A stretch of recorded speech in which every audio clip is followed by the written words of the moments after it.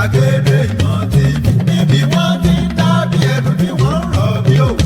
Gbàgede Ìmọ̀ TV láti ń gbóhùn sáfẹ́fẹ́ láti ń dábì ẹ̀dùn tá ń rọ̀ bí òwú. Gbàgede Ìmọ̀ TV, Gbàgede Ìmọ̀ TV, ọgbọ́n ń bẹ, òye ń bẹ, ìdánilẹ́kọ̀ọ́ lóríṣiríṣi ní Gbàgede Ìmọ̀ TV. Ẹ máa wò ó, ẹ máa gbọ́.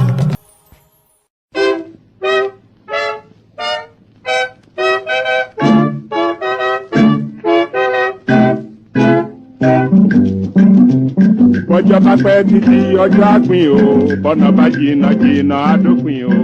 Àti sáré àdópin aré, àmàtìjìyà àdópin ìyà o. Àti súnsún àti kan ògiri, ó má di gbẹ̀yìn kọ́ lọ́tẹ̀ ìmọ̀ o bẹ́ẹ̀ ni o. Ilé òní gbóná kárẹ́nu omi kọ́lé, ayé òní kóró kálọ̀ dífá ọ̀run o.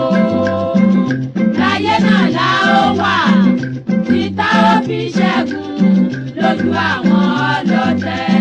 Ẹkún akọjá òkùnkùn ajímọ́lẹ̀ fáwa ọmọ Yorùbá, ọjọ́ ayọ̀ súnmọ́lé o. Gbogbo ẹ̀dá tó bá sọ pé kí ọjọ́ ayọ̀ Yorùbá má súnmọ́lé tàbí kó má ṣojú òun kò kú ní ṣojú rẹ̀ náà ni. Bó ti wù kó burú tó kìnìún ò lè jẹ ewé láéláé. Ẹ gbọ́, ọmọ Yorùbá padà délẹ̀ lérí. Gbogbo ẹni tó sọ pé kí ilẹ̀ Yorùbá ó máa ṣe ẹrú, kí ọmọ Yorùbá ó máa ṣẹrú nílẹ̀ bàbá wa, irú ẹni bẹ́ẹ̀ àtìrandéran ẹ̀ ni ó padà ṣẹrú. Mò ń padà bọ̀.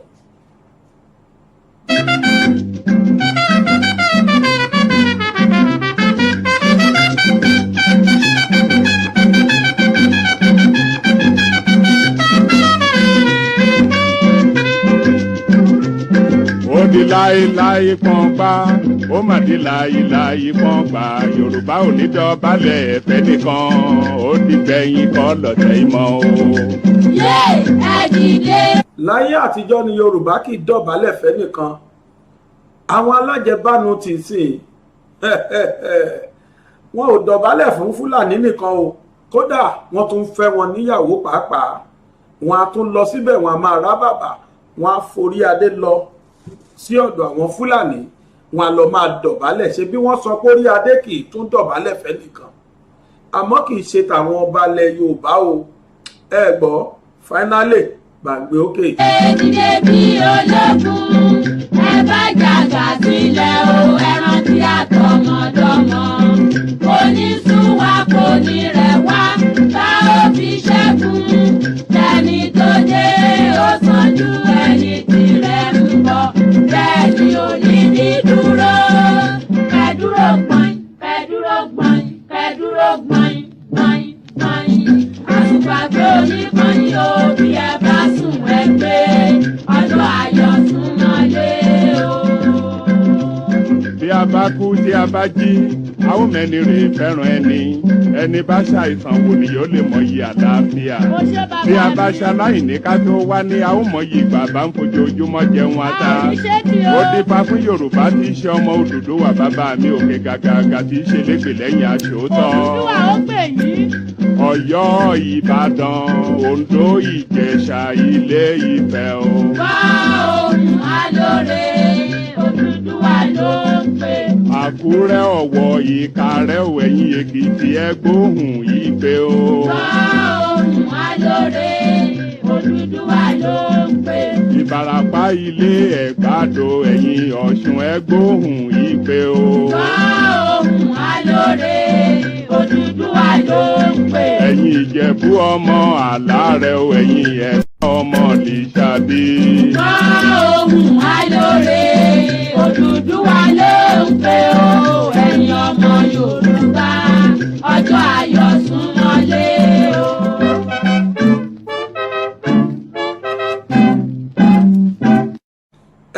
Mo kí gbogbo ojú tó wò wá káàkiri ayé, mo kí wa lọ́kùnrin lóbìnrin lọ́mọdé lágbà nínú ilé yìí. Mo mọ̀ ní kí wọ́n tún lọ bá wa gbé orin bàbá wa Ògúndé. Fídíò tẹ́ ń wò yẹn 2022 òun láti ṣe nínú BGI TV. Bonírèsí ò bá fi gbá mọ́. Bẹ́ẹ̀ ni tó ti fi tẹ́lẹ̀ kò ní parun. Ẹ káàbọ̀ sórí ọ̀rọ̀ tó lọ, èmi àti bọ̀dá mi làjọ wá lónìí gbogbo wa náà la mọ̀ ayé fẹ́lẹ́fẹ́lẹ́ láyé bẹ́ẹ̀ ni nínú ìkànnì BGI TV bàbá gbàgede ìmọ̀ TV a fẹ́ ṣe tèmi lára ọ̀tún a jọ fẹ́ fọ̀rọ̀ jomitoro ọ̀rọ̀ lórí kí ni tó ń ṣẹlẹ̀ lọ́wọ́lọ́wọ́ ẹ wo ẹni bá sọ pé Yibo Hausa wọn kì í gbọ́ presentation wa irọ́ ni o wọ́n ń gbọ́ látijọ́ tá a ti bẹ̀rẹ̀ revolution lórí àwọn Yibo làwọn Yibo náà mọ́ pàṣírí títú wọ́n dẹ̀ jáde lóríṣiríṣi videos láti rí tí wọ́n ti bẹ̀ sí ní ṣe kódà tí wọ́n ń takora wọn fúnra wọn sìn wọ́n for the first time Yibo bẹ̀rẹ̀ sí ní sòótọ́ fúnra wọn pé àwọn làwọn ń dayé rú wọ́n gbà páwọn gan ni criminal táwọn da Nàìjíríà rú Fúlàní ò ti gbà páwọn ni criminal táwọn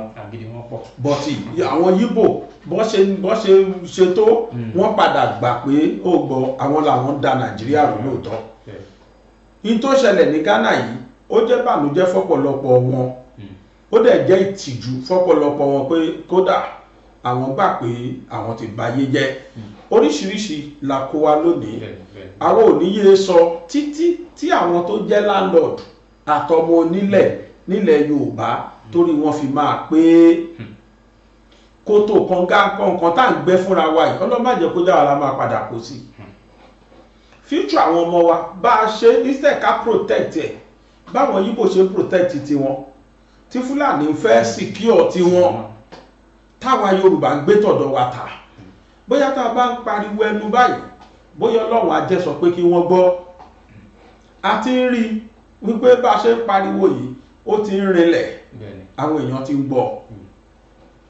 ẹ wá nǹkan fìdílé tàbí kẹ́ fìdílé nǹkan kẹ́ ẹ jẹ́ kájọ jẹ̀gbádùn ń tèmi àti Fẹ́lẹ́ tí àjọ fẹ́ bá yín sọ lóòrọ̀ yìí ẹni tá àkọ́kọ́ fi bẹ̀rẹ̀ ẹ jẹ́ kí Fẹ́lẹ́ kó kọ́kọ́ kí wa náà ó yẹ Fẹ́lẹ́. ẹ kú dédé àsìkò yìí ní gbogbo ìjọba ti láǹfààní láti máa gbọ́ wa máfòkó mi dọ́nà ọjọ́ kan ló máa bẹ̀rẹ̀. ọjọ́ kan náà lèèyàn sòfin ẹ̀. bẹ́ẹ̀ ni òun ni àwa Yorùbá ti ń ṣe báyìí o a sì fẹ́ fi ta wá lólobó a fẹ́ fi sí wa nígbẹ́rẹ́ ìpàkọ́ nípa ti ọjọ́ iwájú àwọn ẹ̀yà Yibo yìí wọ́n ti ń kọjá ààyè wọn èmi ò bá wọn wí bí kò ṣe àwa Yorùbá tá gbà wọ́n mọ́ra bí àwọn Fúlàní ṣe fún wa nígbà náà nìyẹn nígbà tá gbà wọ́n mọ́ra òun làwọn Yibo tí wọ́n rawọ́lé yìí o àwọn nǹkan kan wà tá a máa gbé yẹ̀wò lónìí tí a máa fi sí àwa ọmọ Yorùbá àwọn ọmọ kóòtù òjúre nígbẹ́rẹ́ ìpàkọ́ ẹni báwọn Ghana ṣe lé wọn kúrò lápò ọ̀dọ̀ tiwọn ohun táwa ń gbà ẹni bí wọ́n ṣe kọ́ fún wọn lọ́hùn-ún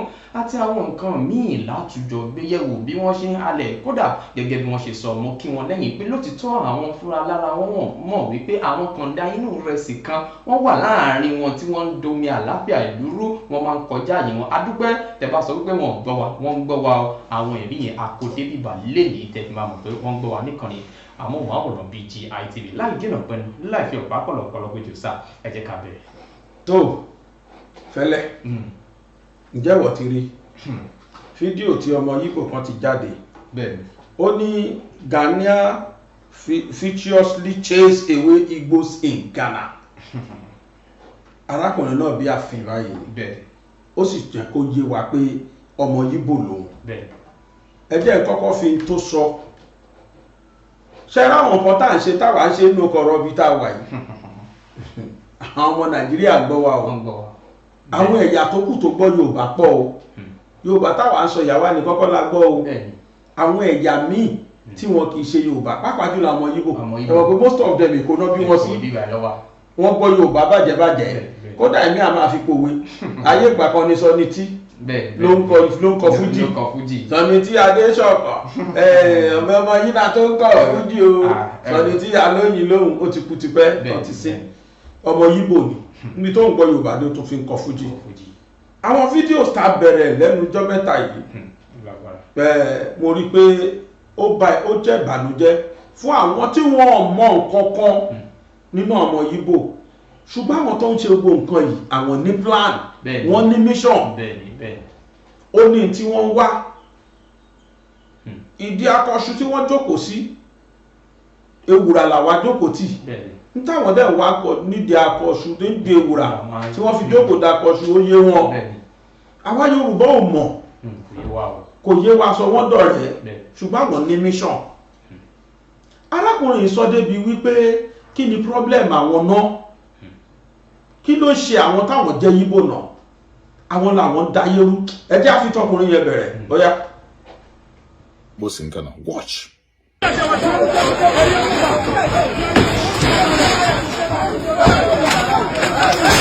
Listen, listen.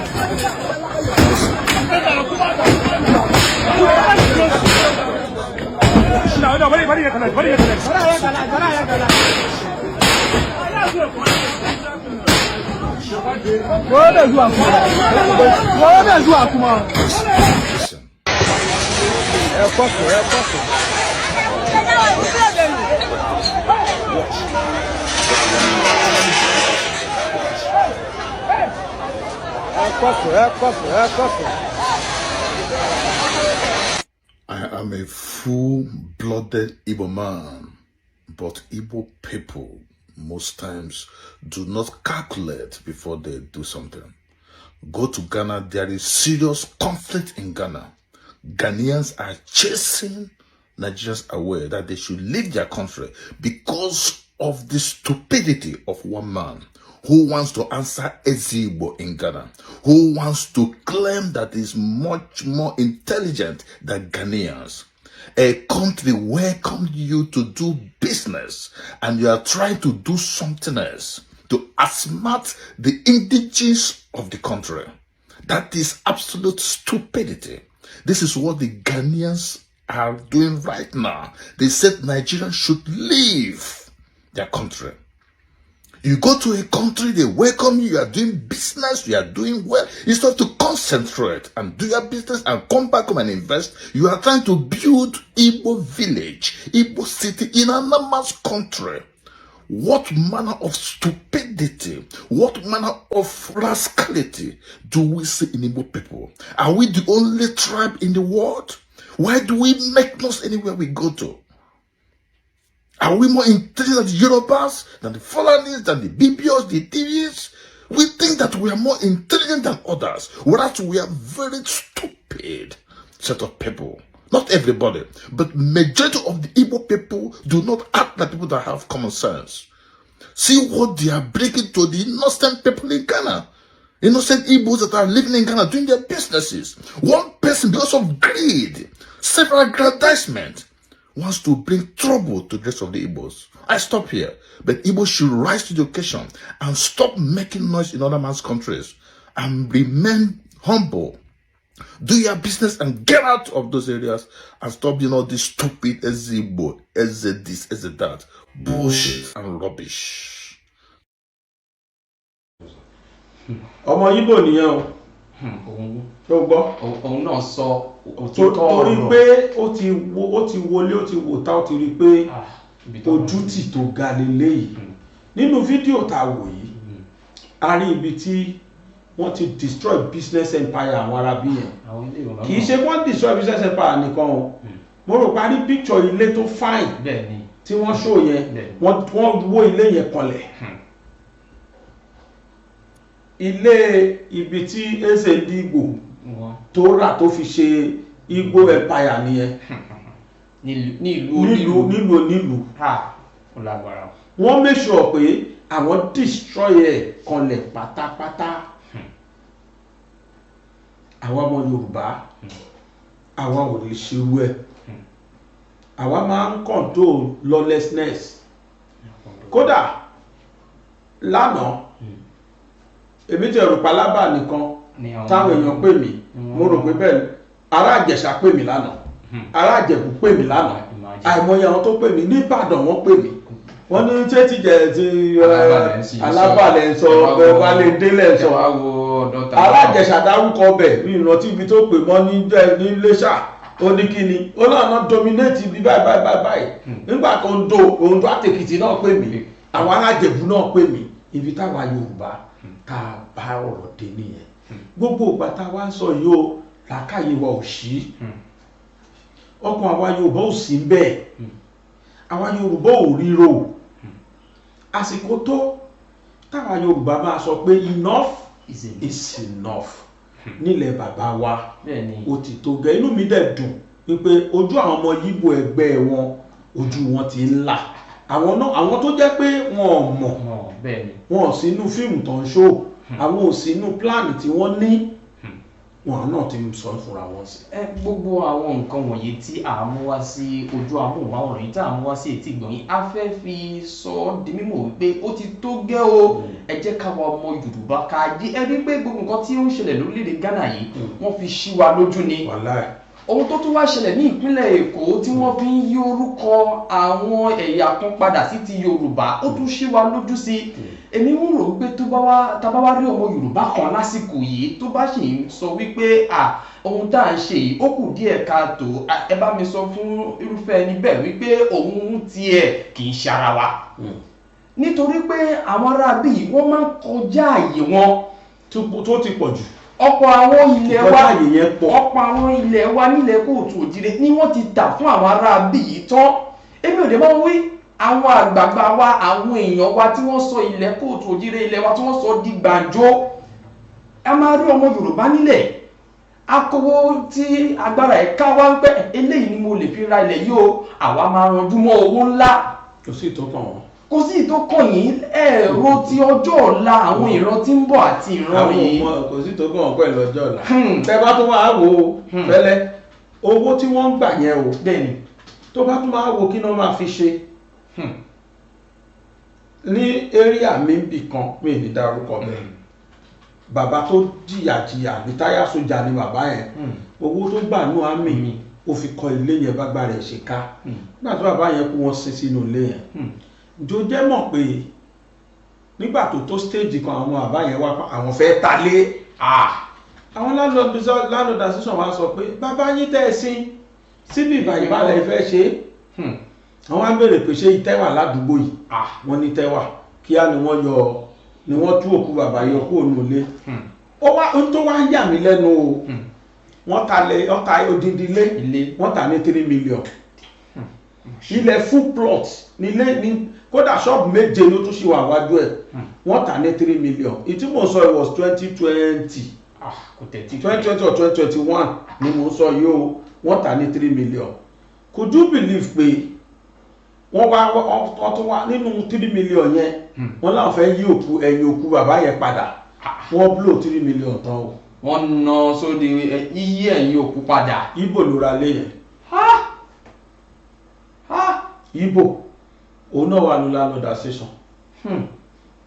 Gbogbo ṣọ́ọ̀ṣì yẹn pátápátá ó lé gbogbo Yorùbá tó wà ní olè wọn dànù àwọn Yibo ẹgbẹ́ èyí tó ń ta ráìsì àtẹ̀wà èyí tó ń ta kíní ṣájà kíní fóònù àwọn fóònù páùchì náà wọ́n pọ̀ bẹ́ẹ̀ àwọn tó ń ta ráìsì àtẹ̀wà wọ́n wà bẹ́ẹ̀ ìkan ṣe shoemaking Yibo ló ráùndì bẹ̀ báyìí ó lé gbogbo Yorùbá ìkan tó ń jẹ ẹ̀bá Yibo kankan ló ń tà gbogbo àwọn tó kó jọ sí ṣọ́ọ̀ṣì yẹn méje ní ṣọ́ọ̀ṣì yẹn.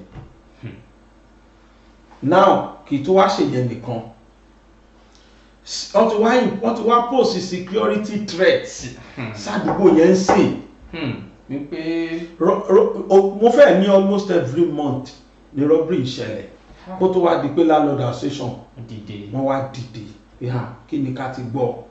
Now wọ́n ti ń jà sìn báwọn máa gba ilé yẹn lọ́wọ́ Yibo yẹn pé name your price àwọn fẹ́ rà padà.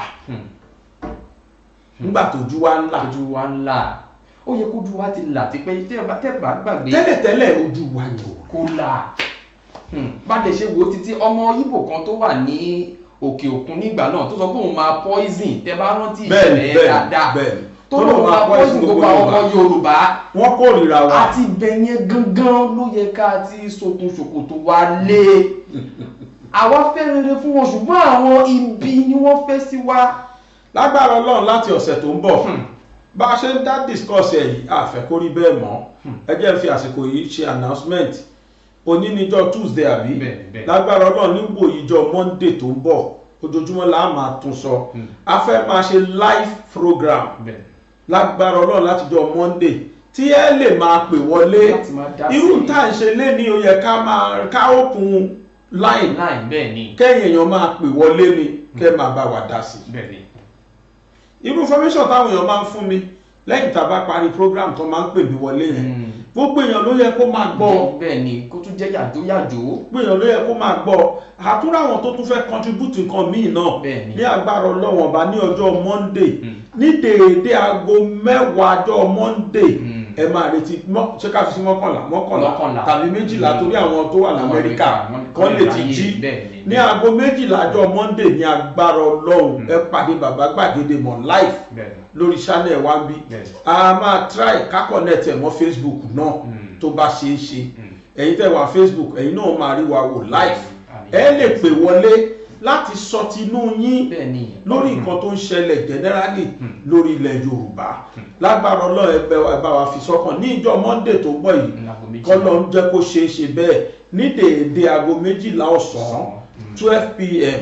tí í ṣe bí aago 6 fẹ̀rẹ̀ l'Amẹ́ríkà tí mi bá ṣe ẹ bá wa fi sọ́kàn ẹ̀yin tí ẹ bá ní ìfẹ́ sí ẹ pè wọlé lásìkò yìí ẹ lè máa pè wọlé live la máa ṣe lórí ìkànnì BGI a lè jọ máa takùn àwọn tá à ń rí information táwa rí Charlie boy tí mo mẹ́nu bọ̀rọ̀ ẹ̀ lánàá àwọn èèyàn authenticate tí mo sọ lánàá yẹn kó tọ̀ ni ààrẹ nìkan tó tiẹ̀ tó dárúkọ màmá tó nílé yẹn Catherine kí náà kọ síbẹ̀ wọ́n ní mọrin kinní kan ni wọ́n pè yà mọrin Bákàrè àbí mọrin Bákàrè náà pè ìyá tó ní ilé yẹn tòun kọ́ sí kọ́mẹ́ǹtì fídíò tí mo ṣe lánàá ó ní òótọ́ lẹ sọ bàbá gbàgede mọ̀ Madam Mọrin Bákàrè oníyà tó nílé yẹn jẹ́ nǹkan tí Charlie boy dẹ̀ ṣe fún ìyá yẹn lẹ kà jáde yẹn mo ní tó mo wá screenshot ibẹ̀ yẹn tẹ́ bá bá mi rí screenshot yẹn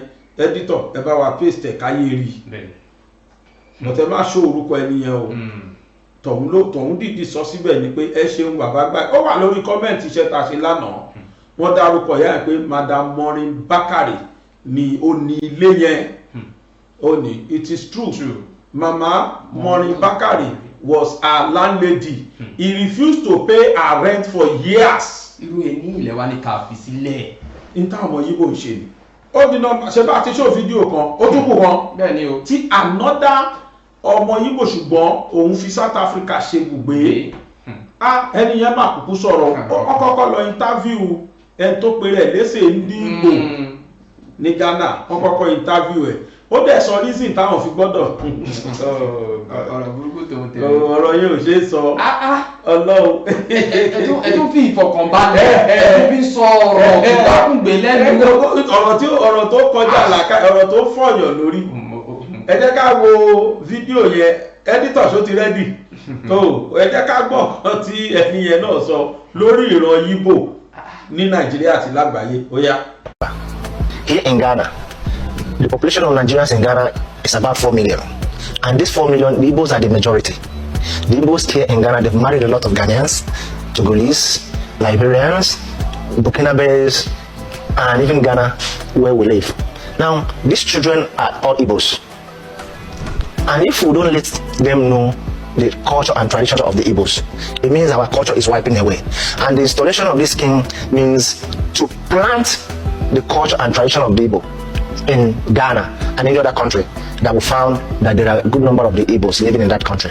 By that, the essence of this kingship has come to be. I've always maintained that imbecility is a clinical evidence of criminality.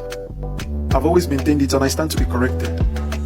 And I say this in case a greater number of you from this particular post begin to wonder why Nigerians think the way they think, especially the people from the tribe of Yibo. I'm an Yibo man, so I can tell you people better that such level of criminality, hence a clinical evidence through imbecility or a clinical evidence of imbecility, is more with the Yibo tribe. I mean, when you see an Yibo man think, because he's money conscious, you'll understand that he's very deluded. They don't care about rationality. They can do it. They can do things. They can talk like madmen. They don't reason, all because of the money. So in their bid and their desperate chase for the money, you find out that their mind, you see, that's why they say that it will be hard for a rich man or one that chases money to enter a healthy mental state, which is what we call paradise spiritually. They say it will be easier for a camel to enter the eye of a needle than for a man that chases money to have a healthy state of mind, to be sane enough. And that's exactly what happens to people. Now, what do I mean by this? How could this be your reason, your justification for coming to another man's land and clinging to chieftaincies and king? Ask me. Even in the Bible, or where logic and rationality applies, have you ever seen a person leave his own land, go to another man's land, and start claiming kingship? If you've given birth to children with the ladies of the people you had, claimed to, take them back home. Take them back home. This is not the reason for you to come to another man's land and start running all these kingship, eze, and all these things. Royalty. See, no matter how royal you are in your place, when you come to another man's land, leave it at the doorstep. This is another man's house, and you're coming to claim a king in another man's house. And you know the funny thing. The funny thing is that these same people in their own land can't even claim this right. These same people in their own land can't even do this thing they are doing. They come to another man's land and they start showing rights. Anyways, this is not something that should shock a great number of us who already know who the Yibos are. I'm going to tell you people a very little story, a real life story. So, Enugu State and Ebonyi State are neighboring states in the eastern part of Nigeria, highly dominated by the Yibo tribe. In fact, it belongs to the Yibo tribe. Now, what I'm about to tell you will shock you as a Ghanaian and as a South African. Do you know that the governor of Ebonyi State lives in Enugu State? The governor of Ebonyi State lives in Enugu State. Every single time he travels back to Enugu State, in a siren, on a convoy. As if he is the governor of Enugu State. If it's not because the governor of Enugu State had to tell him, bro, they cannot be, think about it now, this thing is rational. There cannot be two governors in one state. Whereas your state is empty of a governor. You're governing your state from my state. And then whilst coming back to my own state, you're on a convoy and you're blowing siren like the governor. Now this emphasizes exactly what you people are seeing in Ghana. What you people see in Ghana with Nigerians who are Igbos, with the Igbos who are Nigerians. You leave your father's land, come to another man's land, where you should be focused about doing what you're doing. Do your right thing. Establish your reputation. Peradventure you married those people's daughters and they gave birth to your children. When chiefs are down, bring back your children home. Don't come to establish chieftaincy title and do all these your fake, illusional, deluded royalty in another man's land. I have never seen the most deluded sets of people than these sets of people.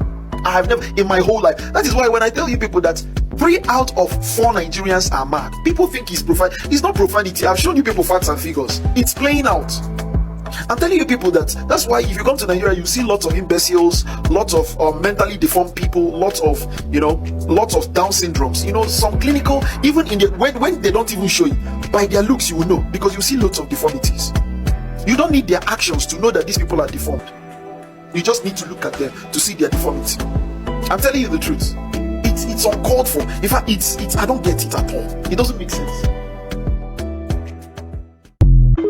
La fi mọ bá ilẹ̀kẹ̀ la fi mọ jòjì èdè wa làmì ìdánimọ̀ wà. Pẹ̀lú ìgbìyànjú kí èdè Yorùbá kó má dohun ìgbàgbé kó má dohun àfìsẹ́yìn tí egun fi sọ. Ọ̀mọ̀wé Gbénga Fágbọnú ti kó jáde. Dictionary Yorùbá aláwòrán. Kúnlẹ́kàkì ògùn fọ̀fọ̀. Láti ìbẹ̀rẹ̀ dópin ló ṣàtúpalẹ̀ àwọn ọ̀rọ̀ Yorùbá tó ta kókó. Pẹ̀lú àlàyé lẹ́kùnrẹ́rẹ́ látẹnu olùkọ́ àgbà. Kò ṣe é mà níní fún gbogbo ọmọ Yorùbá o. Àgbàlagbà tàbí àwọn ọmọdé ìsẹ̀yìn. Àwọn àkójọpọ̀ ọ̀rọ̀ Yorùbá tó ta kókó tó lé ní ẹgbẹ̀rún 13 pẹ̀lú àwọn àwòrán tí yóò mú òye ọ̀rọ̀ yéni ní kankan. Dictionary Yorùbá ti wà jákèjádò ilé ìtajà àti ilé ìtàwé jákèjádò àgbáńláyé.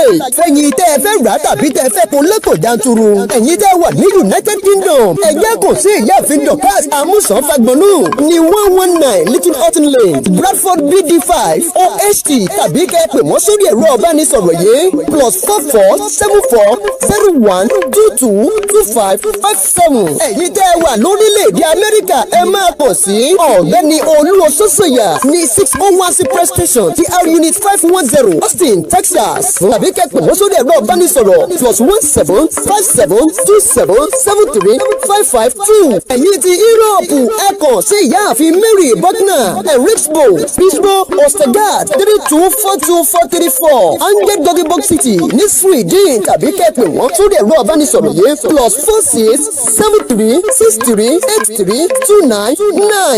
ẹ̀yin torílẹ̀-èdè Nàìjíríà ìrọ̀rùn ló bá dé o ní ìpínlẹ̀ Ògùn ẹ máa kàn sí bàbá gbàgede ìmọ̀ tẹlifíṣàn tàbí kẹ́pẹ́ wọ́n sórí ẹ̀rọ ìbánisọ̀rọ̀ yìí 08130672361 ẹ̀yin ti ìpínlẹ̀ Ọ̀yọ́ ẹ pè ọ̀mọ̀wé Victor Taiwo sórí ẹ̀rọ ìbánisọ̀rọ̀ yìí 08126923916 kò ṣe é mẹ́ni ní o fún gbogbo ọmọ Yorùbá o.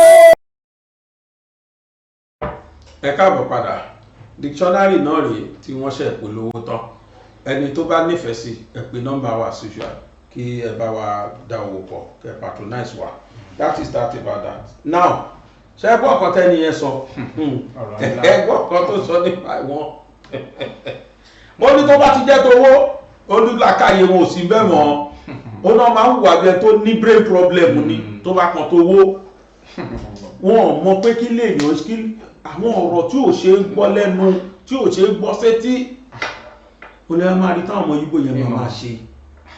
ó máa ń yà mí lẹ́nu nígbà míì tí wọ́n bá ń sọ pé àwọn arábí wọ́n ń ṣe ohun tí ò dáa wọ́n á sì máa fi agídí sí wípé rárá ohun tí àwọn ń ṣe ní ìlú onílùú ẹ fi ìlú tiyín lẹ̀ kí n ṣe pé ìlú tiyín ti kún o bóyá ẹ ráyè láti ṣe ohun tó mú yín o. àwọn ọ̀rẹ́dẹ́ àti ìlú onílùú náà máa ń develop bóyá máa ń ṣe tí wọ́n nìyẹn. èèyàn mélòó nínú iṣẹ́ ìwádìí wọ́n ní wọn kì í fi àyè gba àwọn àjèjì ènìyàn ní àyè lápò ọ̀dọ̀ tiwọn wọn kì í jẹ́ kí wọ́n rí imú mi ẹ̀yin dẹ̀ máa lọ sílùú onílùú ẹ máa fi ọwọ́ lálẹ̀ fún wọn níbẹ̀ kí ló dé àwa Yorùbá jẹ́ ká ronú. bẹ́lẹ̀ mo wo fídíò kan sí kí n tó máa bọ̀ studio ẹni yẹn sọ pé Ebonyi àtẹnugun tí n bá ṣì bóyá Enugun ló pè ó láwọn state méjèèjì wọnú ara kan súnmọ́ra wọn ó wá ní gọ́fúnà Ebonyi inú Enugun ló ń sùn ó wá ní tó bá ń bọ̀ níbi tí wọ́n nífẹ̀ẹ́ sí kọ́ máa fi wọ̀ sí lọ́nà òde wọ́n fi lọ́ra wọn náà tí gọ́fúnà yẹn bá kó lẹ́bọ̀nyì kó lè sún Ebonyi ó ní gọ́fúnà ṣe bí tó bá kú tó kù lẹ́bọ̀nyì ló yẹ kó fi síbẹ̀ ó wá ní tó bá ti ń bọ̀ lẹ́nugun wá sùn bí kéèyàn kó l'Ògùn state kó fẹ́ sun Lagos state torí pa súnmọ́ra á tó wá fún sàìrìn láì ṣe gómìnà bẹ̀ bí ìpóhùn ní gọ́fúnà Enugu state á tó wá fún sàìrìn ìwọ̀lé kẹ́lẹ̀ mọ̀ Yíbò fẹ́ràn kọ́ máa fi wọ̀ sí lọ́nà gan wọ́n á rẹ́dì láti fi wọ̀ sí lọ́ ẹ̀ ó dà èyí tó ṣẹlẹ̀ ní house lọ́wọ́lọ́wọ́ tí bàbá yìí bá wà ké síta bàbá kan ń sìn ó bá ké síta pé tó bóyá secretary house bóyá house of reps ó dà kó ní secretary wọn ní house of reps ẹni yẹn lọ move motion kan nísìn presently wípé téèyàn bá ti lò ọdún méjì nínú ìlú kan dandan kan fún citizenship ó ti di citizen tàbí tó bá ti fẹ́yàwó bẹ́ẹ̀ ó ti di citizen bẹ́ẹ̀ anybody ò lè pè lọ́mọ Yíbò mọ́ tó bá ti lò 2 years lẹ́kọ̀ọ́ ó ti dọ́mọ Èkó.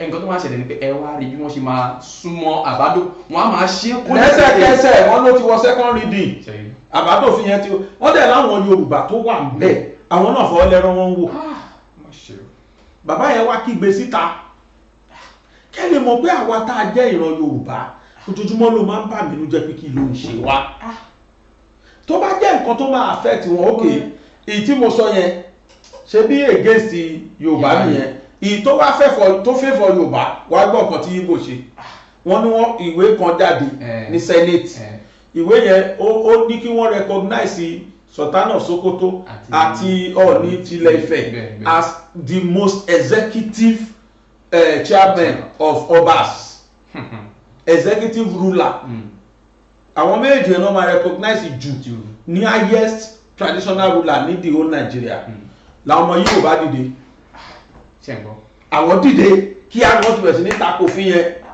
ṣùgbọ́n ìyí tó máa fẹ́ fún àwọn tẹ́nìkan dìde yóò bá fọwọ́ lẹ́rán wọn wò kẹ́ ẹ lè rí yàtọ̀ méjèèjì. àwa Yorùbá a ní láti ronú a nídìí ẹ jẹ́ ká ronú jinlẹ̀ gbogbo àwọn nǹkan wọ̀nyí wọ́n dẹ̀ ń ṣe bẹ́ẹ̀ wọ́n ń gbé kọjá iwájú adẹ̀ ń wò tí ó dìgbà tó bá tó ṣe ìpalára fún wa ní bàbá tẹ̀ ro ti wa ẹ jẹ́ ká ro ti ìran tí ń bọ̀ lára nǹkan tí olóyè Sunday Igboho náà máa ń sọ ní ìgbà náà nìyẹn nítorí àwọn Fúlàní nígbà náà wípé àwọn aráabí yìí wọn ò lè máa wá sí orílẹ̀ bàbá wa kí wọ́n máa ṣe bó ṣe wù wọ́n rí wípé ọ̀rọ̀ náà ó ti fẹ́ máa jọmọ́ ti àwọn ẹ̀yà Ìgbò nísìn àtúgbọ́dọ̀ dúró de olóyè Sunday Igboho mọ́ àwa náà wọ́n ti ṣí ọ̀nà sílẹ̀ fún wa láti lè ronú wípé ẹ̀yin Yorùbá èyí tí mo lè ṣe mo ti ṣe fún yín yìí ẹ jẹ́ ká gbára wà èyí tá a sin àwọn aráabí ó tó gẹ́. àwọn tó tiẹ̀ dùn mí fún ó làwọn olóṣèlú bẹ́ẹ̀ ni wọn ò ṣetán láti rí ìyàtọ̀ rárá. tó bá ti di àsìkò ètò ìdìbò ẹ máa rí wọn àwọn ọmọ Yorùbá náà wọ́n máa gbé ìrẹsì aṣọ kan ní wa lọ́wọ́. ọmọ tó fọ́ ní jùfẹ́lẹ́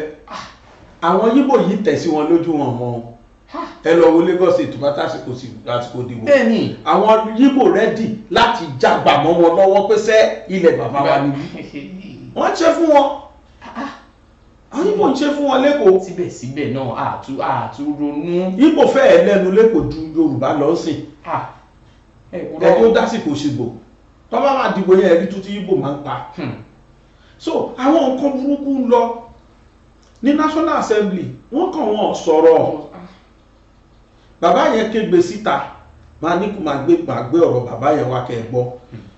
èyí tí bàbá yẹn dẹ̀ ṣe ń kégbe síta ni pé irú àwa tá a jẹ́ sọ̀rọ̀sọ̀rọ̀ bàbá yẹn fẹ́ ká tó ń bóun pariwo ẹ̀ bóyá tá a bá jẹ pariwo ẹ̀ bóyá a máa ráwọn National Assembly members tán lè wò ó táwọn náà àbí nígbà tó bá lọ buwọ́lù ní ìsìn wípé kó dòfin kẹ́ni tó lójọ́ tún wá yíyà kó dé sábẹ́kúta lọ́mọ Yíbò kódà máa claim pé gbogbo alájọ́ nílùú kódà òun gan lè gbá kò tí òun gan lè ṣe anything òun gan lè di ọba òun gan lè torí pé nígbà tó fi bá ti gbé pé ó ti dín díje Ògùn state ẹnu kó máa claim Ògùn state mọ́ wa lọ́wọ́ ni kẹ́ tó mọ tó ṣẹlẹ̀ ẹ̀yin tẹ́ jẹ́ National Assembly member wa ẹ lanu sọ̀rọ̀.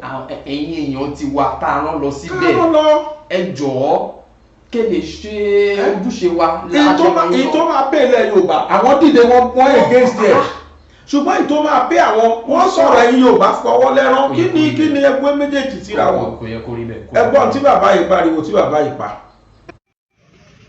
kún gbogbo ọmọ Yorùbá ní tilẹ̀ tó kó ẹ̀yin ọmọ Yorùbá ọmọ Oòduà ó bẹ̀rẹ̀ láti Èkó títí tẹ́ dé Ìlọrin àti Lọ́kọ́jà ẹ̀yin mo fẹ́ bá sọ̀rọ̀ o ẹ̀wọ̀n mi létí yín o ọ̀rọ̀ mi mo fẹ́ sọ ọ̀rọ̀ bíìlì the proposed amendment to the Constitution of the Federal Republic a bill sponsored by Honorable Benjamin Kalu, the Deputy Speaker of the Federal House of Representatives, seeking indigent status to any individual who has resided in any state for 10 years or has married to a native of such state, that he should automatically become indigent of such state. Èmi túmọ̀ yìí mo sọ yìí òun yá ọmọkùnrin ń wí òní wí gbogbo ẹni ó bá ti gbélùú kan fọdún mẹ́wàá àbó fẹ́ yàwó nílùú ọ̀hún yẹn ti á gbé bẹ fọdún mẹ́wàá àjẹwò ti di ọmọ ìlú ọ̀nù òfin yóò gbé kalẹ̀ nu o. The bill has passed second reading, and yet up till today that I speak to you, we have not heard the opposition voice, especially from Yoruba stock in the Federal House of Representatives, shouting such a obnoxious bill down. Irú ọ̀rọ̀ kọ̀rọ̀ wo ni kẹ́wí gbogbo akòbòkóbò yẹn ti ń gbé kó yẹ ti gbé kó fọdún mẹ́wàá tó automatically wọ́n ti dọ̀mọ èkó nù. Ẹ sì mọ́wọ́ lẹ́rán ẹ dákẹ́ ẹ gbin wọ́n ti kówó bọ̀ yín lábẹ́ ni ẹ̀yin ọmọ Yorùbá yẹn ń bẹ́ ń lé gbìmọ̀ asòfin àbí tíra náà àṣàṣì ni àbí sáàmù náà ń kélé yín lórí yẹ ẹ̀ mú dákẹ́ yẹ ẹ̀ mú sọ̀rọ̀ abẹ́ àmọ̀túmọ̀ yóò fẹ́ gbé wáyé ni ń yọ ọmọ kòbókòbó ń gbìyànjú àti ṣe yìí wọ́n ti ń bẹ lẹ́nu rẹ tipẹ́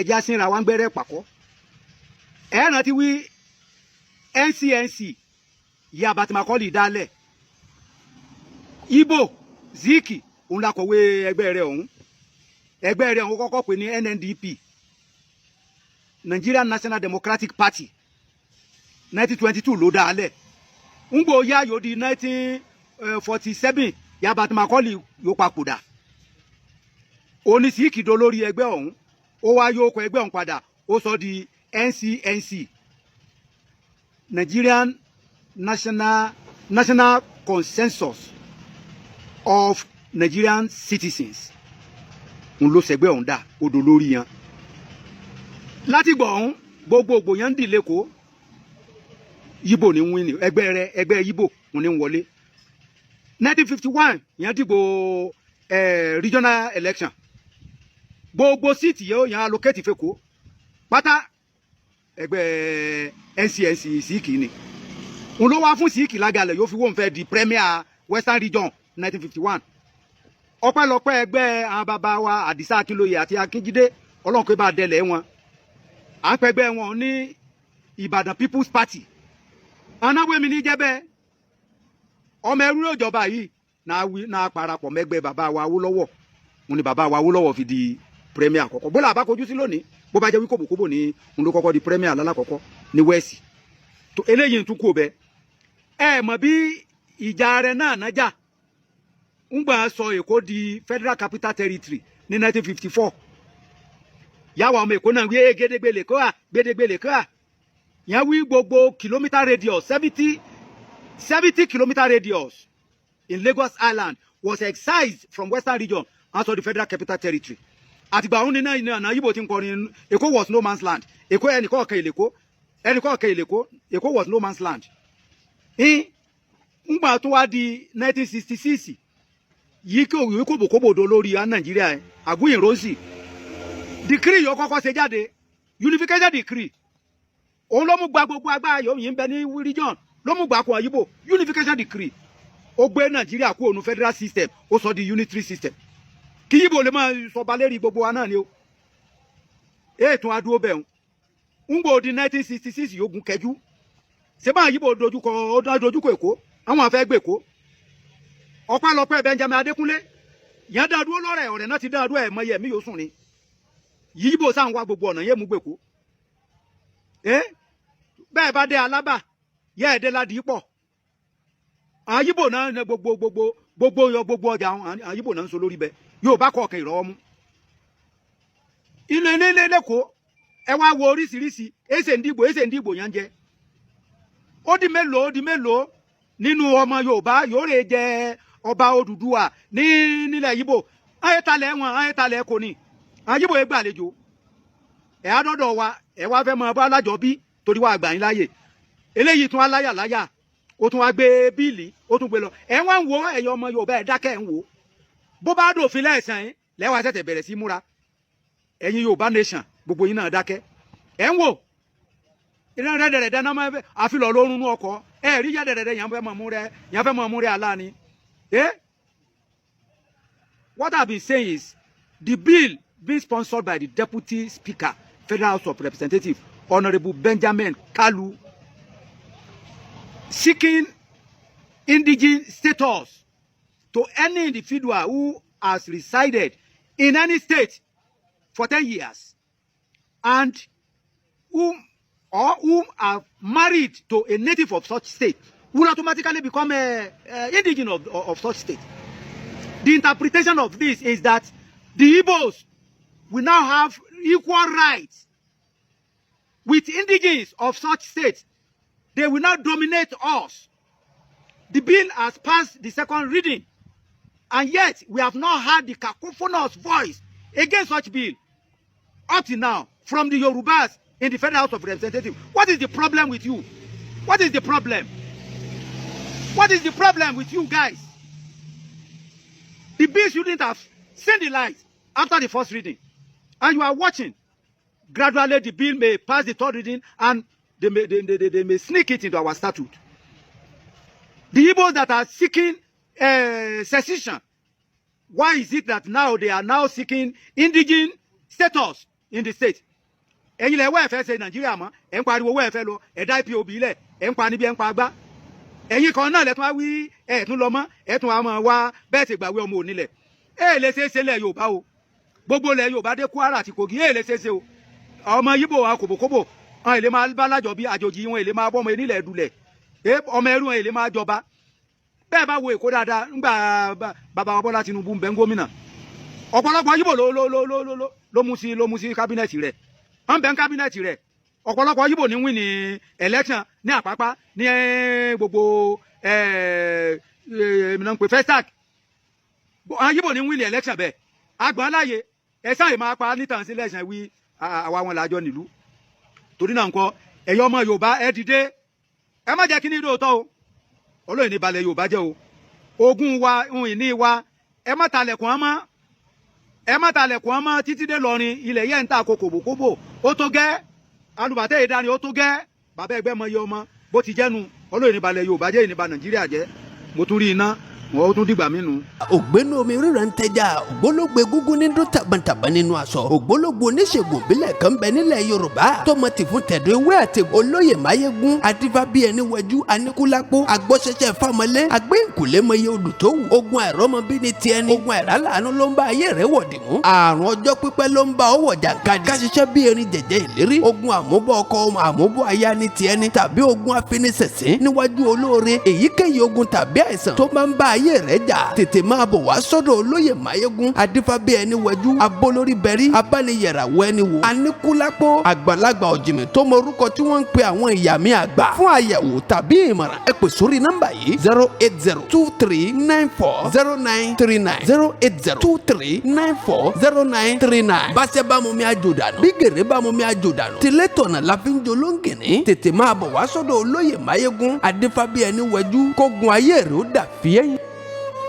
tó olóyè máyégún ò ní ẹgbọ́ tí wọ́n polówó yẹn wọ́n gbìyànjú torí gbogbo àwọn èèyàn tí wọ́n ti pè wọ́n sófà Dr. máyégún gbọ̀n tó pè wọ́n ni wọ́n sọ fún mi pé tó o ṣeun bàbá gbàgede mọ́ ká má parọ́ eléyìí wà òkè sófà Mustapha tó ti ń lọ tí wọ́n ti ń pe bàbá yẹn ni wọ́n fún mi lésì tẹ́ bá máa pe fóònù nọ́mbà bàbá yẹn wọ́n bá wa display ẹ̀ nísìn ìyẹn fóònù nọ́mbà wọn Dr. máyégún ẹ pè wọ́n ó dà pé ìlú Adó Èkìtì àbí ìlú Oǹdó ni wọ́n fi ṣe ibùgbé sí ẹ pè fóònù nọ́mbà wọn wọ́n á dá yín lóhùn lórí fóònù nọ́mbà wọn rè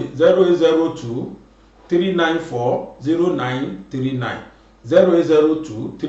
0802-394-0939 Dr. máyégún ẹ pè wọ́n.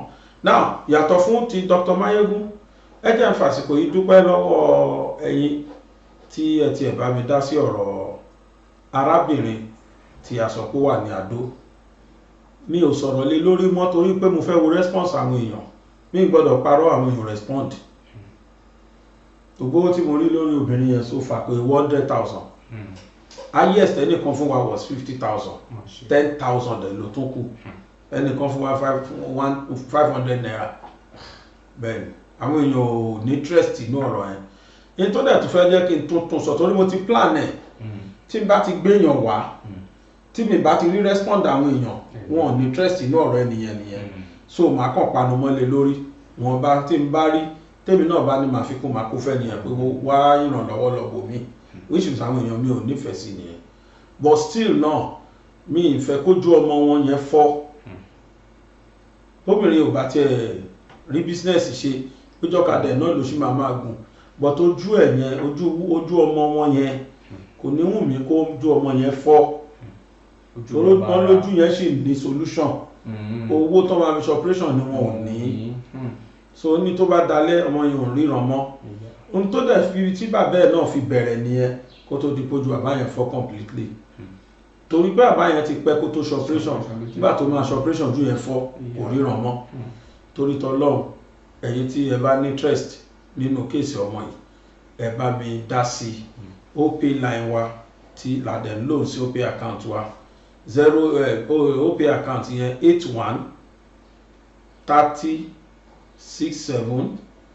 81-30-67-2361 81-30-67-61 3067 3067 2361 phone number mi tẹ́ bá ti mọ phone number mi náà ní ẹ̀kan yóò 0 kó ń bẹ̀ ní OP.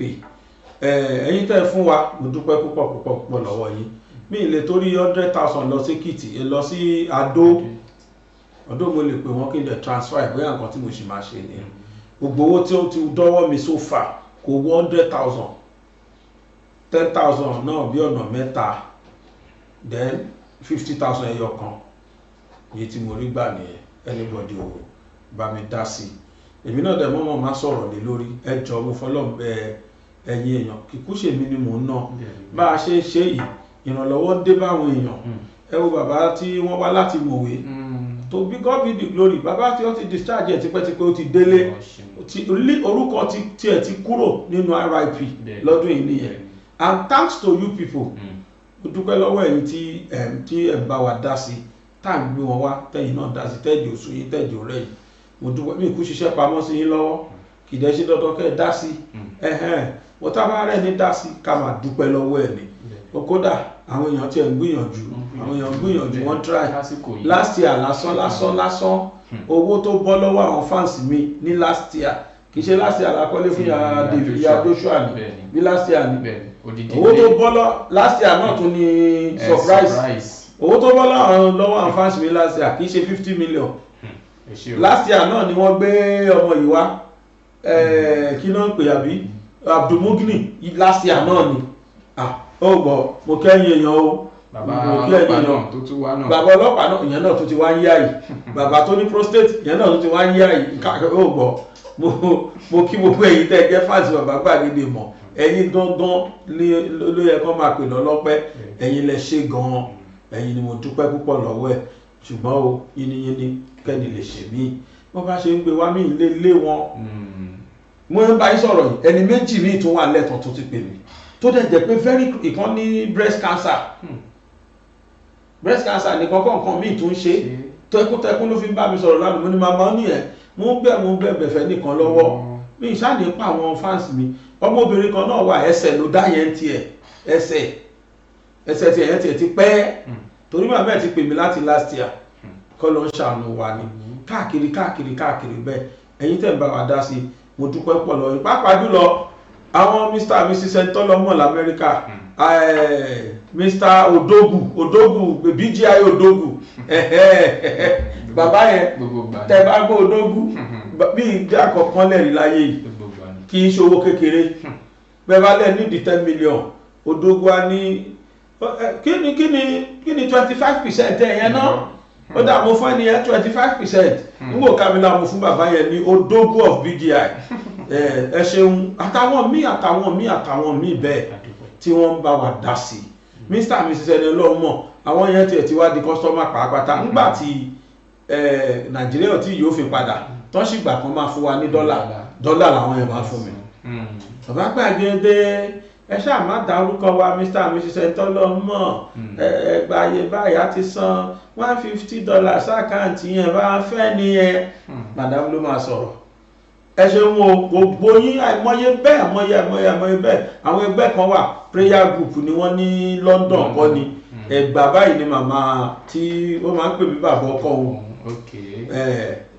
gbàgbáyàwó ni ìyá yẹn ọmọ gbàgbáyàwó Abẹ́òkúta màmá yẹn ló máa pè àwọn prayer kìíní wa wọ́n ní ká fún yín yẹ báyìí ẹ máa fi sẹ́ńdì oyin àti bẹ́ẹ̀ àwọn kan dẹ̀ wà ìjọ 10,000 permanently ni o lóṣooṣù ìjọ 10,000 ìjọ 20,000 wọ́n á fi sínú NGO account wa àwọn yẹn ni owó yẹn ni máa ń kójọ tí máa fi ń fọ́ọ̀mù pé èmi náà fún wọn yé báyìí torí pé owó yẹn ti wà ń bẹ̀ so ẹ ṣeun púpọ̀ gbogbo yín tí ẹ ń bá wa dá sí ẹ ṣeun àdúpẹ́ ẹ bá wa ṣàánú obìnrin náà ẹ má jẹ́ kójú ọmọ ẹ̀yẹn ẹ má jẹ́ kó fọ́ a tún máa wá lágbára Ọlọ́run á lè máa rí yín gbà lọ́wọ́ ẹ̀ á máa wà lọ́wọ́ tí yín náà tẹ́lẹ̀ máa múlẹ̀ pẹ̀lú àṣẹ Ọlọ́run àwọn ọmọ Yorùbá ẹ jẹ́ ajígìrì o náà lánàá a gbé fídíò kan wá tí Fúlàní sọ pé tí nọ́tánà kan sọ pé Nàìjíríà pípapọ̀ wa ò lè wọ́ọ̀kì oníkálukú máa lọ.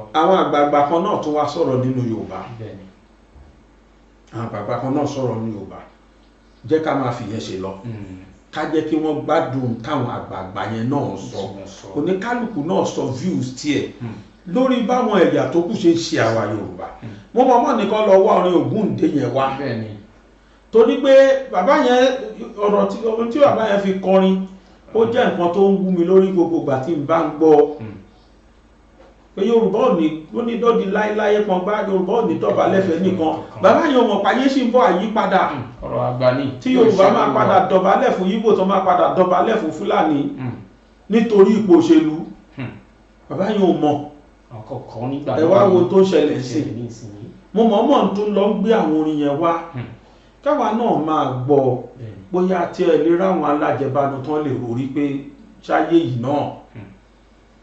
yìí náà gbogbo tó ń kéèyàn kọ́ sáyé àfilẹ̀ ni ilé ayé ẹsẹ̀ mẹ́fà àfilẹ̀ ṣùgbọ́n tó bá ṣe fúnra ẹ ìtàn onígbàgbé o ìtàn onígbàgbé o ẹ jẹ́ fi wálẹ̀ lórí fídíò yẹn fẹ́lẹ́ kí àwọn ará ilé. ẹ wo a ní sọ wípé a fẹ́ sọ gbogbo ẹ̀ tán kí a sọ wípé àtúní sọmọ́ ìta sọ lónìí ẹjọ́ ẹ bá wa fi ṣe àmúlò gbogbo ibi tí a sọ dé àmọ́ wípé èèyàn ọlọ́gbọ́n èèyàn olóye lẹ́ ń gbọ́ wa ó ti yé yín ju báwa kan ṣe sọ lọ ẹjọ́ bá wa ṣe àmúlò rẹ̀ títí dìgbà mìíràn Samuel Owóyẹmí fẹ́lẹ́fẹ́lẹ́ láyé lórúkọ mi fẹ́lẹ́ ní gbogbo èèyàn mọ̀ mí sí ire o ire kàbìtì. ẹ tún bá wa fi sọ́kàn jọ Monday lágbára Ọlọ́run ìjọ Monday tó ń bọ̀ yìí ní déédéé aago 12 bàbá gbàgede live bàbá gbàgede mọ̀ live a máa wà lórí program lórí ọ̀rọ̀ tó lọ ẹ lè láǹfààní láti máa pè wọlé tọ́sẹ̀ yìí máa fi jálẹ̀ kódà nínú news nínú Ojúmọ́ Aláyọ̀ nínú program a máa announce ẹ̀ gbogbo ìgbà wípé lórí Facebook lórí YouTube live ni bàbá gbàgede mọ̀ máa wà lórí ìkànnì méjèèjì yìí kẹ́ ẹ̀ máa darapọ̀ mọ́ wa láyọ̀. I've identified the fact that this country, Nigeria, is built on a faulty foundation. I've identified the fact that this country, Nigeria, is built on a faulty foundation, and something has to be done, and fastly too, to ensure that the house does not cave in or collapse. We have spoken about the need to restructure this country so that the component parts can breathe.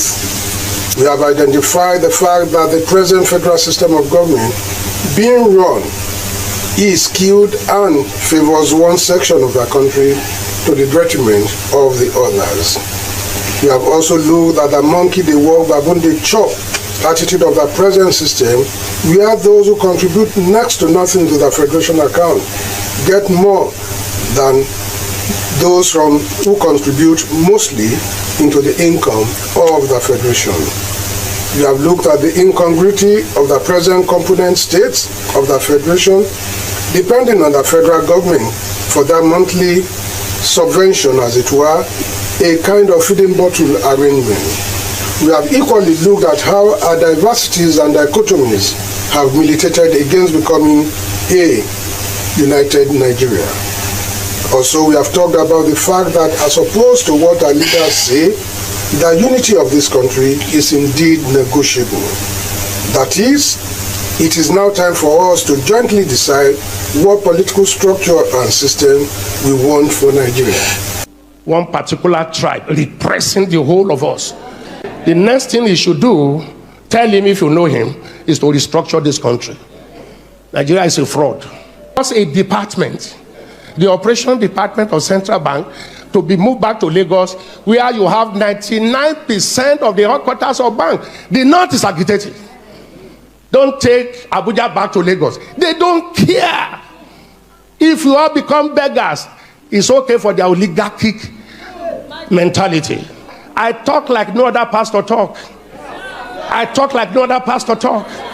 Because I have seen into governance, I have seen into the church. And I know where the problem is in this country. Are you hearing me? They may not like what I'm saying, but they cannot dispute the truth. This country cannot go on like this. Okay, I was talking about those who migrated. I don't blame those that want to japa. You know, initially I was saying don't japa. Do you hear me say that again? Japa if you want to japa. Because you look at the country and say, what future? If it goes on like this, what future? If it goes on like this, civil war is imminent. If it goes on like this, military intervention is imminent. Do we want to go back to that? No, something must happen. I have always believed that something must happen. Do you see the way we pray in this church? Make Nigeria one. We don't pray. Nigeria is not one, and it can never be one. We are different nations tied together by force. We should still be one country, but let everyone govern himself the way he likes. Are you hearing me? Let the Niger Delta have their oil. Let the East have their resources. Let the Yoruba people have their resources. Let the North have their resources. Let them manage their security. Give them state police. Let everybody guard his borders. Let everybody generate his economy. Why must you generate oil in the Niger Delta and take it to the North? Why must we generate IGR here, or the VATs, and take it to the North that generate nothing? The 10 key northern states have Sharia. Sharia says no to alcohol. Sharia says no to tobacco. But alcohol and tobacco is what give us VAT here. And you take the money from there to spend where you say you don't want, but you like the money. Fraud. A federation in which one part of the country can take all decisions in spite of what the other state is an unstable federation, and in fact it's not, properly speaking, a federation. The second reason why the 1954 Constitution was also not a federal constitution because it cannot work is that Preston King, one of the experts in federalism, argued that a country in which one part of it, one dominant part of it, is more monarchical than democratic, definitely federation will not work. It will not work because a monarchy is a centralizing institution. The problem of Nigeria is foundational. And unless you look at it really structurally, we will be unable to solve our problem. Why is it that our yesterday is better than our today? Why is it that our best time is yesterday? Why is it that today is not better than yesterday? Why is it that tomorrow we are not sure will be better than today? Why is it that we put out of family mothers into practical sons and daughters? Why are these not be able to produce a government as eminent as Michael O'Hara? Why? Why are the servants not be able to produce? And I will know what it is. Why have they not failed to produce a humble, the golden voice of Africa, the God by you? Why have we failed? Why have we failed? And looking at why we have failed, we will be looking at how we can get out of the rut. Why is it that in Nigeria, you call a bricklayer to be the fence for you? The fence collapses. You want to rebuild the fence, you will bring the same bricklayer. Why do you do that? Why do you recycle the same people who says that we plug in the political circuit of this country for as far back as 1960? Why are we behaving like Michael Sparrow in Spain? Safe song, safe sound, no originality. Why are we not improving? Why are we suffering from mental poverty? You go to churches, the sermons are getting poorer. You go to mosques, the wazis are getting poorer.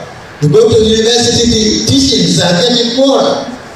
As a people, we have a lot of questions on issues of fairness, equity, and justice.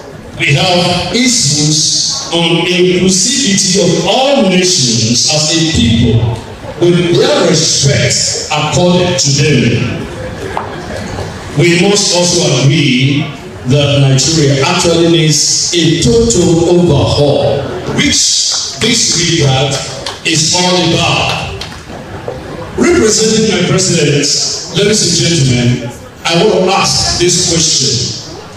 Between 1995 and now, when Ken Saro-Wiwa was harmed and 8 others of the Ogoni people, to what extent have we pushed for their exoneration?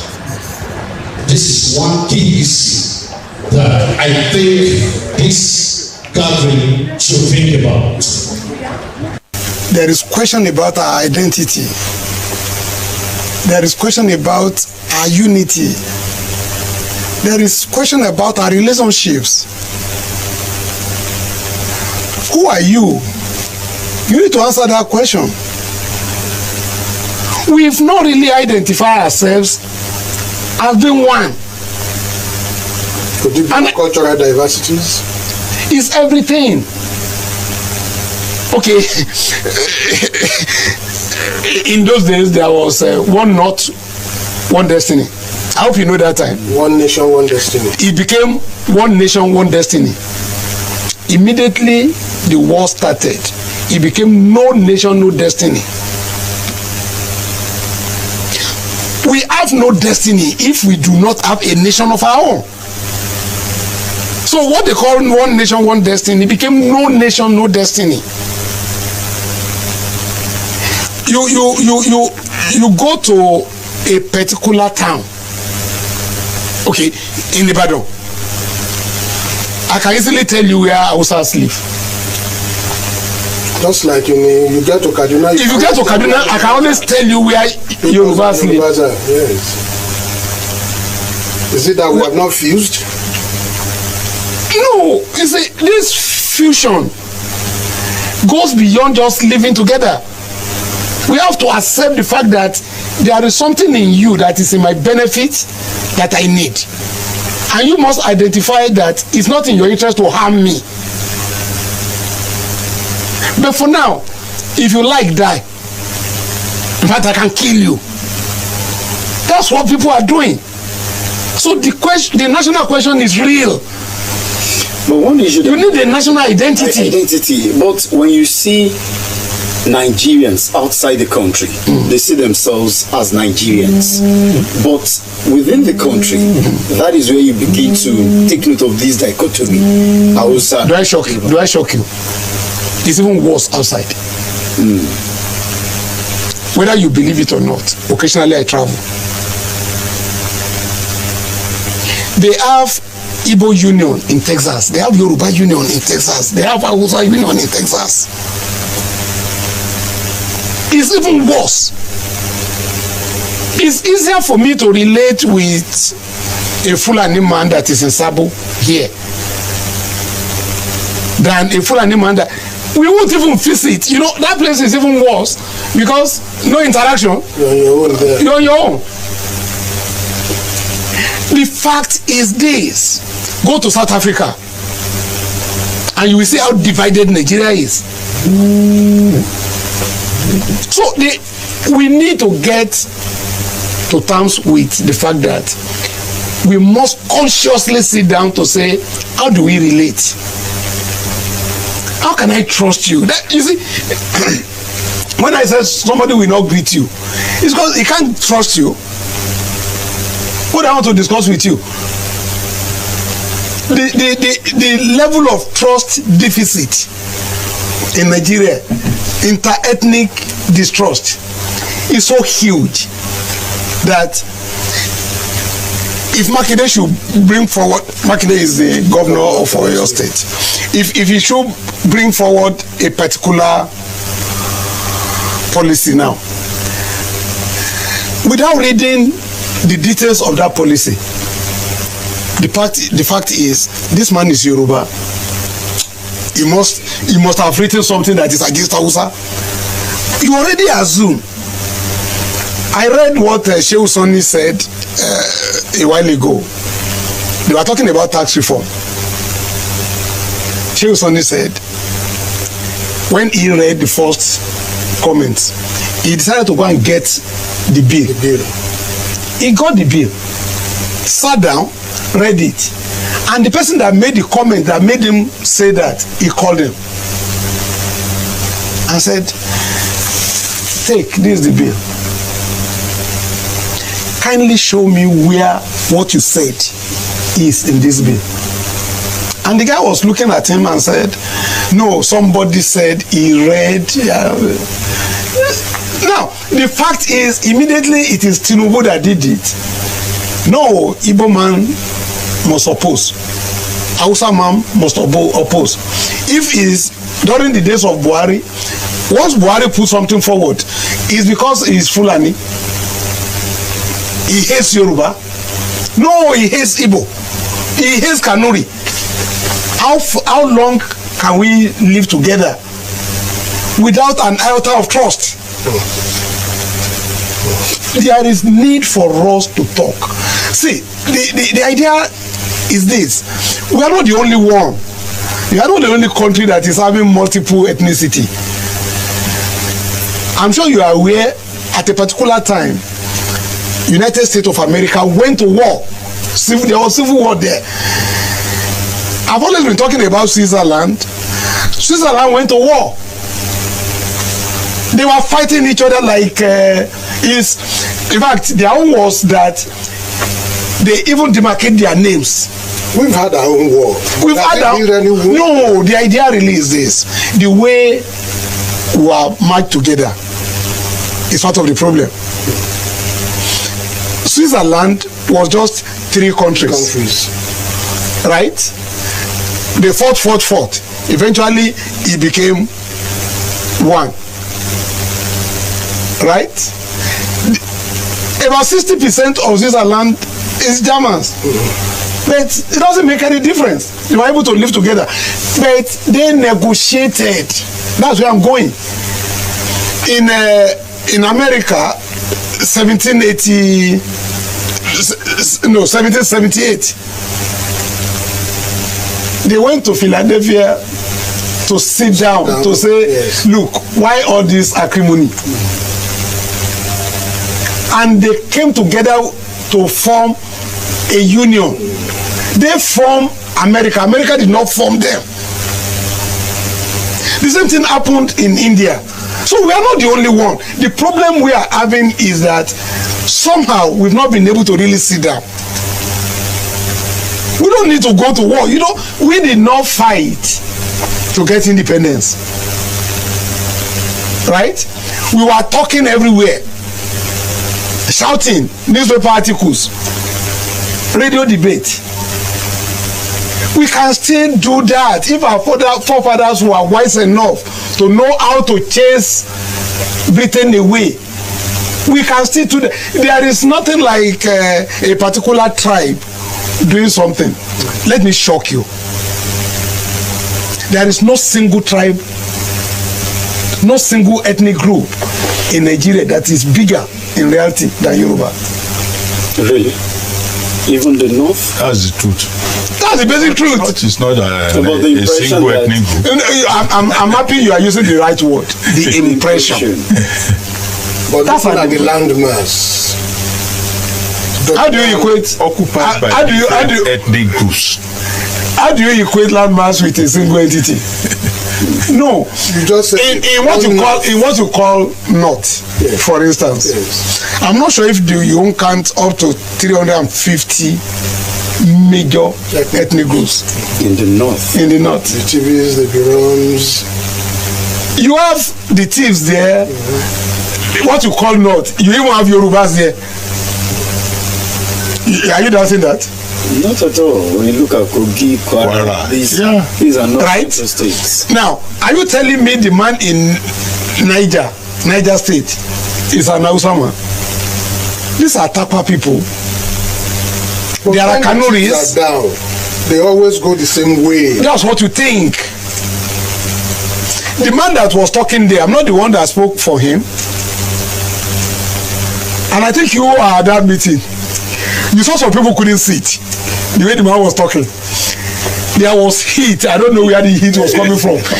In the chair, some people sat on. They were just moving.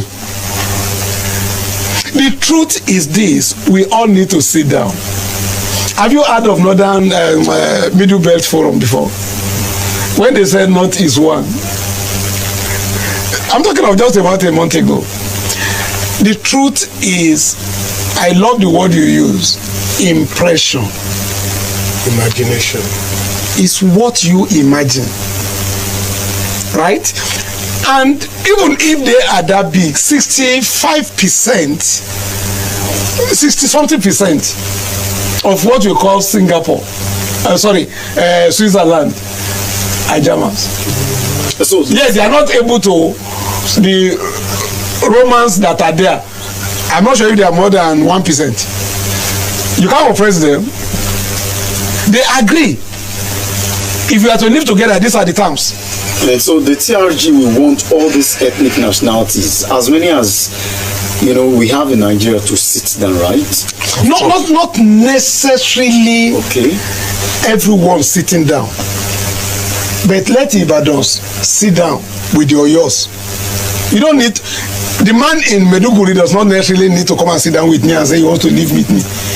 There are people that will be born and they will perish in Ibadan.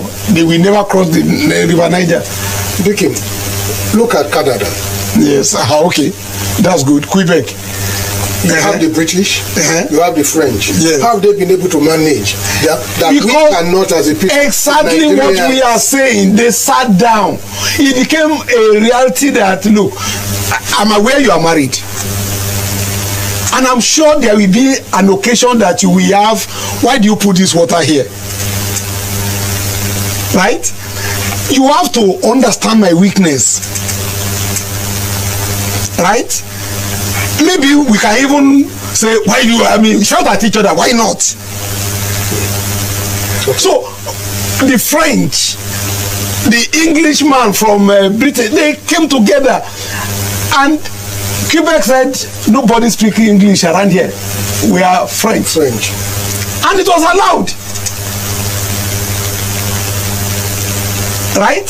In their assembly, in everything, they speak French. Yet they are Canadians. Yes, they are Canadians. So you will find two Canadians seated beside each other and they don't speak the same language. Good day to our viewers all over the world and welcome back to Local Journal. I know a whole lot of Nigerians today are feeling the heat for the fact that we are united and for the fact that different regions with different tribes and different culture were united together by the British, formed to become a single entity even though they don't align together on so many things. And you know what? This was the genesis and the beginning of our problem, the amalgamation of Nigeria. The problem this thing has created for us today is more than what we cannot even talk about. And as it stands today, a solution is not even yet in sight because we keep on getting divided along different lines every day. And if we don't come together to have a singular decision or to have a unanimous decision on what to do to salvage the situation, then I'm sorry, disaster will be imminent. When you live together with people, then you form this bossy mentality and having this idea or this mentality that you are more superior to them or you are more superior to the other regions when you don't even contribute enough to the growth of the economy or to the development of the country itself, then you are making a recipe for division and destruction. The North knows that even though they have the largest landmass, they contribute little to the growth of this country. And for this reason alone, they should know that other regions are not going to be tolerating their excesses for too long. The North has far too long taken the other regions for a ride. They feel they can dictate for the country and they feel anything they say should stand. They believe without them, there is nothing like Nigeria, and they believe that without them supporting any agenda or any decision, there is no way it can stand. And over time, when this narrative is being propagated, it will get to the other regions and it will get to the point that they will say that they will no longer take it. And this is the point. It has gotten to the point that they are saying that they can no longer take it. The South have woken up now and they are saying that we need a better structure in this country. That if they can't get a better structure for us, a better structure of governance for this country, then the country should be divided or we should go back to regional government. Because Peter cannot be working, contributing, yet robbing to people that doesn't contribute anything. In real sense, regional government is what we need at the moment. We shouldn't be talking about any other thing today again because there are so many things that are skewed in favor of the North that are not contributing anything to Nigeria. And this is one of the reasons why they have the guts to make some of the bold claims they are making. It is time for us to say enough is enough. It is time for us to reach a consensus and have a unanimous agreement and decision to say that let's go back to regional government. Kindly drop what you have to say in the comment section, and if today is your first time to visit our channel, please kindly like, share and subscribe to our channel.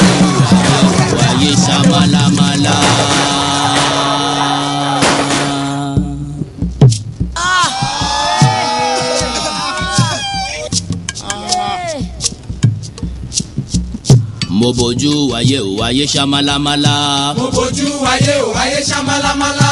mo máa bójú ọ̀run òkùnkùn ló ṣubúlẹ̀. mo máa bójú ọ̀run òkùnkùn ló ṣubúlẹ̀. mo ní ẹ̀ẹ́rẹ́ yìí o. kí ni dé sí Yorùbá o ọmọ aráyé, kí ni ṣẹlẹ̀ sí Yorùbá o ọmọ Oòduà o. yeyeyeyeyeye àwa máa ṣe hùn ọ̀rọ̀ là ń bẹ. Yorùbá ń ṣera wọn nítorí owó, Yorùbá ń jìra wọn lẹ́sẹ̀ nítorí ipò. wọ́n gbẹ̀mí fáláre, wọ́n gbáre fẹ́lẹ́bí, wọ́n kò lè kó wájà, wọ́n tún kó lóko wá mú. ọgbọ́n tí wọ́n gbọ́n ló gbé wọn délé ọlá, ọgbọ́n náà ló tún padà wá sí lé wọn mọ́lẹ̀ o. àwọn tí wọ́n ti ń ṣọ̀gá lọ́jọ́ tó ti pẹ́ tún padà wá dẹni à ń fọwọ́ ti sẹ́yìn o. Yorùbá yoyoyo bí iná alẹ́, Yorùbá rúrúrú bí omi òkun, Yorùbá bàbá ni bàbá ń ṣe. Yorùbá ronú o.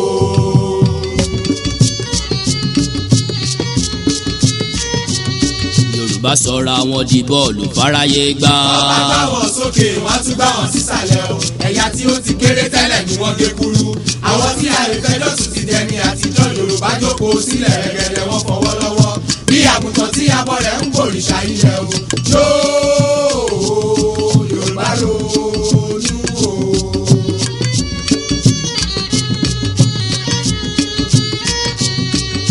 oríkì màí burú títí kó bógún ọdún lẹ́yìn òkùnkùn bèrèbèrè ìmọ́lẹ̀ yàtọ̀ o. ẹ jẹ́ ká pọ̀ Olódùmarè ká pọ̀ Balùwàyé káyé wa lè dùn ní ìgbẹ̀yìn lálàyò ilẹ̀ mọ́ pé ìyá o. ilẹ̀ dákun gbà wá o ilẹ̀ o. ilẹ̀ ọ̀gẹ́rẹ́ àfọkọ́yẹrí. ilẹ̀ alákòókà ó tẹ́rẹ̀ẹ́rẹ́ kábì. ilẹ̀ ọ̀gbaragada bí ẹni yèyé mi ọmọ darúpalẹ̀ àdúgbò. ilẹ̀ dákun gbà wá o. òjijì tí ka ìkàlẹ́ nù mọ́.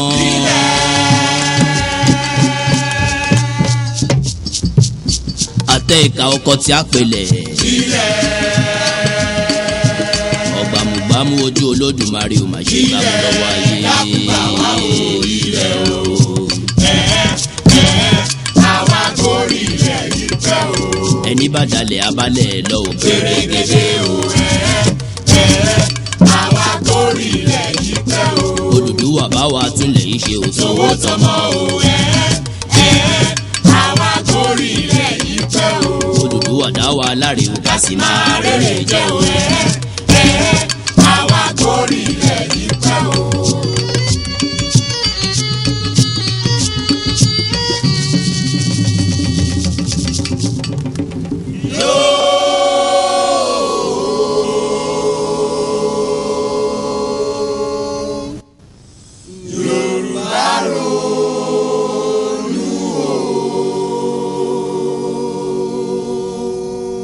ẹni bá dalẹ̀ abalẹ̀ lọ ò gbèrègèdè o. àwa gorí ilẹ̀.